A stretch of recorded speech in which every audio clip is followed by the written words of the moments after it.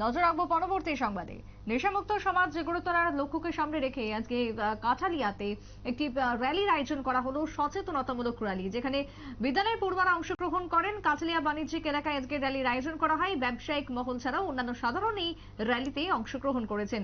তবে যে নেশার কুপ্রভাব রয়েছে তা সম্পর্কে সমাজকে সচেতন করতেই র্যালির আয়োজন। কি বক্তব্য উঠে আসছে র্যালি থেকে, শুনুন। আমাদের এর মধ্যে সিপাহীজলা একটা ডিস্ট্রিক্ট, যে বাল্য বিবাহ, সেই বাল্য বিবাহ আমরা সবাই একেবারে প্রথম সারিতে রয়েছি।